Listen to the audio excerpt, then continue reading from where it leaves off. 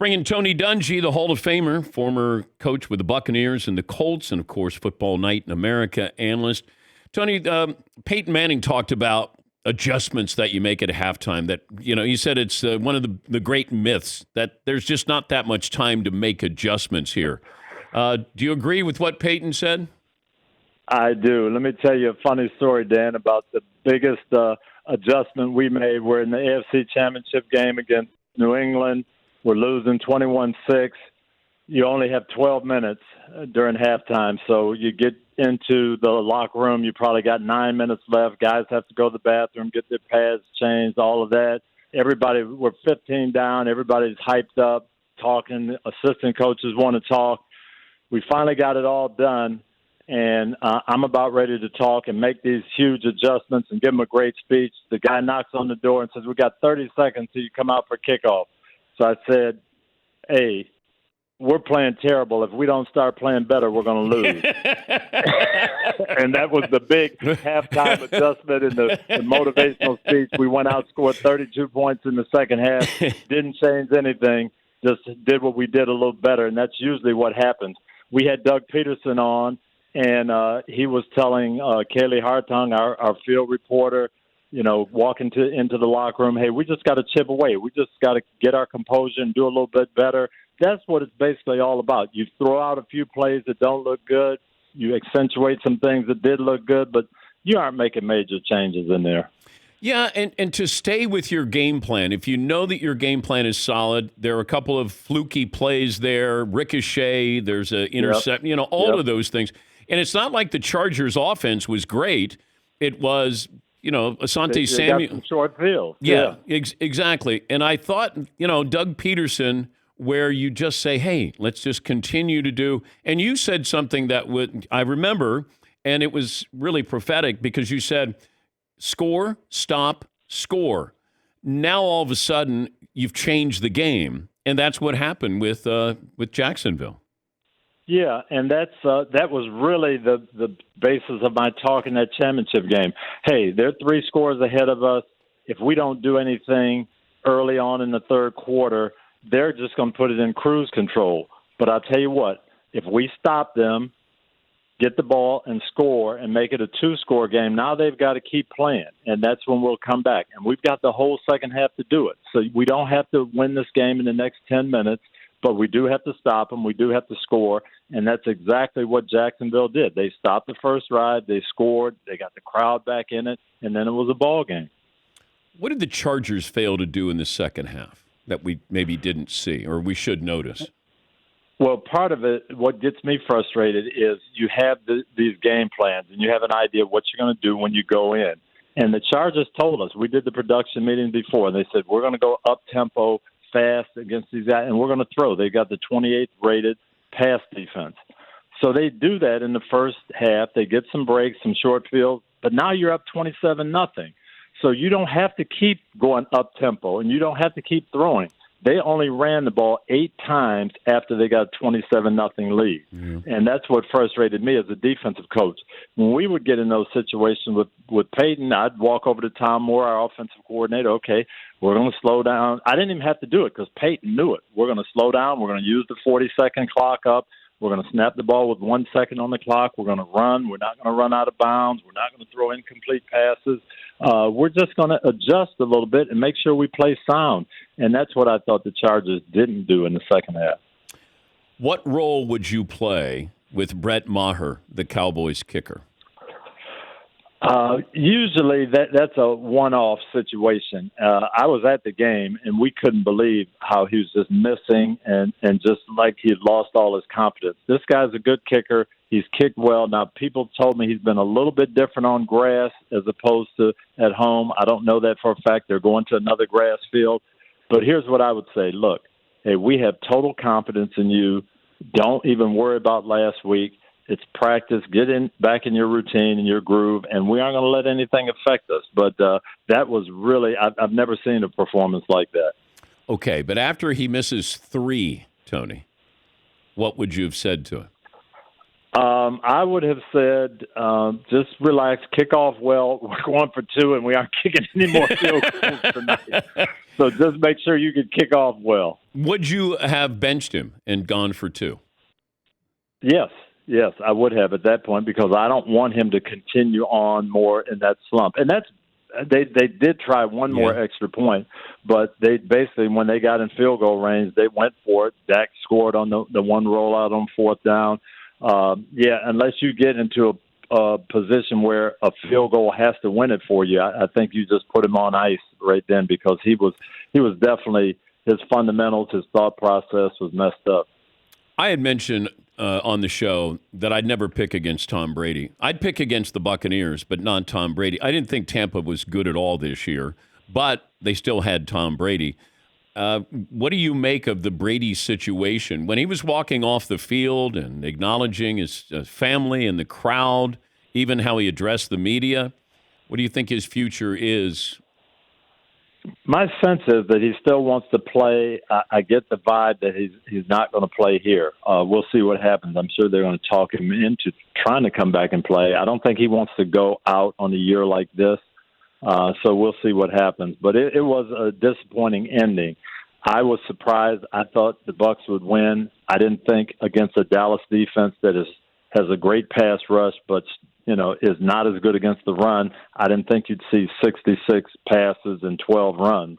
That surprised me a little bit. Yeah, that discrepancy, that's all. It's rare when somebody's throwing that many times and they win a game. We're talking to the Hall of Famer, Tony Dungy. You did talk about Dallas. You play on Monday night because you're the Cowboys. They want to showcase you. Now you got to go back home and then travel again going out to San Francisco.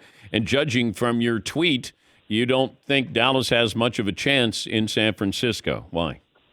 Dan, I brought it up last year when they changed the schedule and went to Monday night. I understand wanting Monday night football and stretch the weekend out, but it is blatantly unfair in the postseason. That's exactly why we stopped having Monday night games in the last week of the regular season, because that team is at a disadvantage the next week. Now you go here. We had this situation in 2001. I was coaching the Buccaneers. We played at the Rams on Monday night and then at Cincinnati the following Sunday. And I researched it because I wanted our guys to make sure they got their rest. I wanted to be able to emphasize how tough it is. I think at that time only 3 teams in the history of the 30 years of Monday night had been able to win back-to-back Monday night and Sunday road games. The league doesn't even try to schedule that way. They do all they can to avoid that in the regular season. Well, now we've created it where one team, and this one is even exacerbated because San Francisco played on Saturday. So they've got 2 more days rest. Dallas is working on a road Monday night game, short week, come back, flight out to San Francisco. And, yeah, you're going to say no excuses, and this is the playoffs, these are good teams. But that is so unfair when you're talking about playoff football. Now, yeah, if you win, you get the bye, you won to get that. I understand that, and you should get a break. But San Francisco and Dallas are in the same boat. One team should not have 2 extra days to prepare. How do you think it plays out in Baltimore with Lamar and the Ravens? I hope they get Lamar situated with a long-term contract. They need him. They could have been a great football team this year. Now, the tough part with Lamar and his style, he's going to get some injuries. And I think that's what Baltimore's trying to factor in. How much can we guarantee? How much do we put out for this quarterback who is great, but may be injured at times? And I hope they come to a meeting of the minds. I hope he stays there because they've built this offense around him. And I know those players really want to play with him. They like him. Hopefully it works out. Yeah, but you're talking like a coach. You got to talk like a businessman in this situation because he's looking at these guaranteed contracts and probably saying, hey, I want what Deshaun Watson got. I want it all guaranteed. Sure he is, and he's feeling like that's what he deserves. And the coach on the Ravens side is saying, yes, you do deserve that. But you're right. The business people have to say, well, we do that, Lamar, and you deserve it, and we give it to you, but that's going to hamstring us if you're not there, if you're injured, and we're paying you this money, and we've got to find another quarterback. That's the tough balancing act, and I can see both sides of the coin. When Sean Payton goes in to interview, is he being interviewed by the team? Like, are they pitching? No. He is interviewing them, and he's saying, here's what I want. Here's what I need. I've got 4 or 5 other teams. I need my own general manager. I need this type of long-term contract. I need these facilities. I need this type of power. Now, are we on the same page? And if the team says no, he packs up and goes to the next team. Where do you think he'll end up? I really don't know because it is a combination. You've got to have an attractive situation for him. But then you've also got to satisfy New Orleans. Carolina, I don't know if they have enough draft choices to pay New Orleans to play against Sean Payton twice a year. If I'm the Saints, I don't know if I want that. So I might want to send them to the AFC. I really don't know. I think it's complicated. Oh, and you could see where the Saints deny the request for Carolina. Oh, no, hey, you can talk to him, but it's going to take 4 number 1 draft picks. Okay. What did John Gruden get what did the Raiders get for John Gruden? 2 1s and 2 2s, right? Yeah, I think so. Yeah, and I could see Carolina saying, I need 3 1s. And we're not going to give you our Super Bowl winning coach to play against us twice a year unless you really sweeten the pot. Yeah. Has Colts owner Jim Irsay asked for your input with the head coaching position? No, I haven't reached out to him. He hasn't reached out to me, and I've been busy with the broadcast and things. I'm keeping my eye on it from afar, but I hope they come up with the right person. That person's not Jeff Saturday. Well, I think Jim wanted it to be, and I think he still probably wants it to be. It's a little hard to sell with 7 straight losses. I know they're going to talk to a lot of people. Jim Irsay he'll figure it out. I do believe that. He'll figure out who the best person for this franchise is. The surprise outcome will come from what game this weekend? There's some interest. I really think San Francisco is playing the best football, and with Dallas having a short week, it'd be tough for me to see Dallas winning that game. Okay. Jacksonville, our game on NBC. Jacksonville going to KC. Andy Reid's been great after the bye. Patrick Mahomes is great there. But Jacksonville's got a little something that they feel great about themselves. They've got this mojo going. The first game, they did some good things. I'm looking forward to our game. I really am. If I gave you Tom Brady for a year, Aaron Rodgers for a year, same price. Wow. I don't know Aaron that well, but I know Tom Brady. I've been around him down here. I know how his competitive juices flow. I know how he would be there 24/7 in the off season, getting used to his new teammates. If I had to wager on one guy or the other, I would take Tom just because I know a little bit more about him and I know what competitive fire he's going to bring and how he's going to bring out the best in the guys he's around. I give you Justin Herbert for 5 years or Joe Burrow for 5 years. Wow. We're not playing softball today, Tony. Yeah. Joe Burrow has a great physical talent. Justin Herbert has unbelievable physical talent. Joe Burrow has that way to get away from the rush and escape and make plays with his legs. That's a tough one. Based on what I've seen, I'd probably say Joe Burrow just slightly. If you're the Bears, you keep Justin Fields, or if you trade him and you got the number 1 pick overall? I do. I keep Justin Fields. I build around him, and I see who is going to be in that auction for that number 1 pick. You want Bryce? I'll give him to you. It's going to take a lot, and then I'm going to get my other people around Justin Fields and build that. I didn't understand Robert Quinn and Roquan Smith. Those guys seem to fit Matt Eberflus's defense. That's right from Indy. Those guys fit. They didn't pay them. Okay, I get it. But those are the kind of guys I'm looking for. I need 4 or 5 guys like that. So if I can trade down a little bit and pick up some of that, that's what I would do. Do you live in Brady's neighborhood?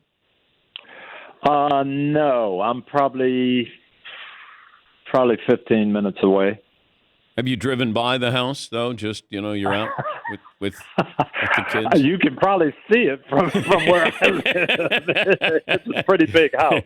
How much bigger is Brady's house than yours? Five times bigger than mine. Yeah. And you got and 5 times. I've got 11 kids. So you can imagine how big his house is. Do you ever forget one of your kids' names?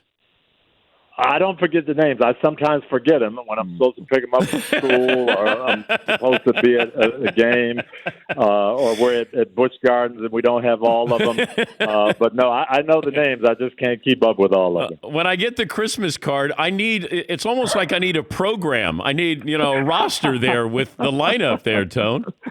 Yeah. I think we're done, though. I do think we're done at 11. So. Well, my best to the family, and great to talk to you. Thank you, Tone. Thanks, DP. Always good being on with you, brother. That's Tony Dungy.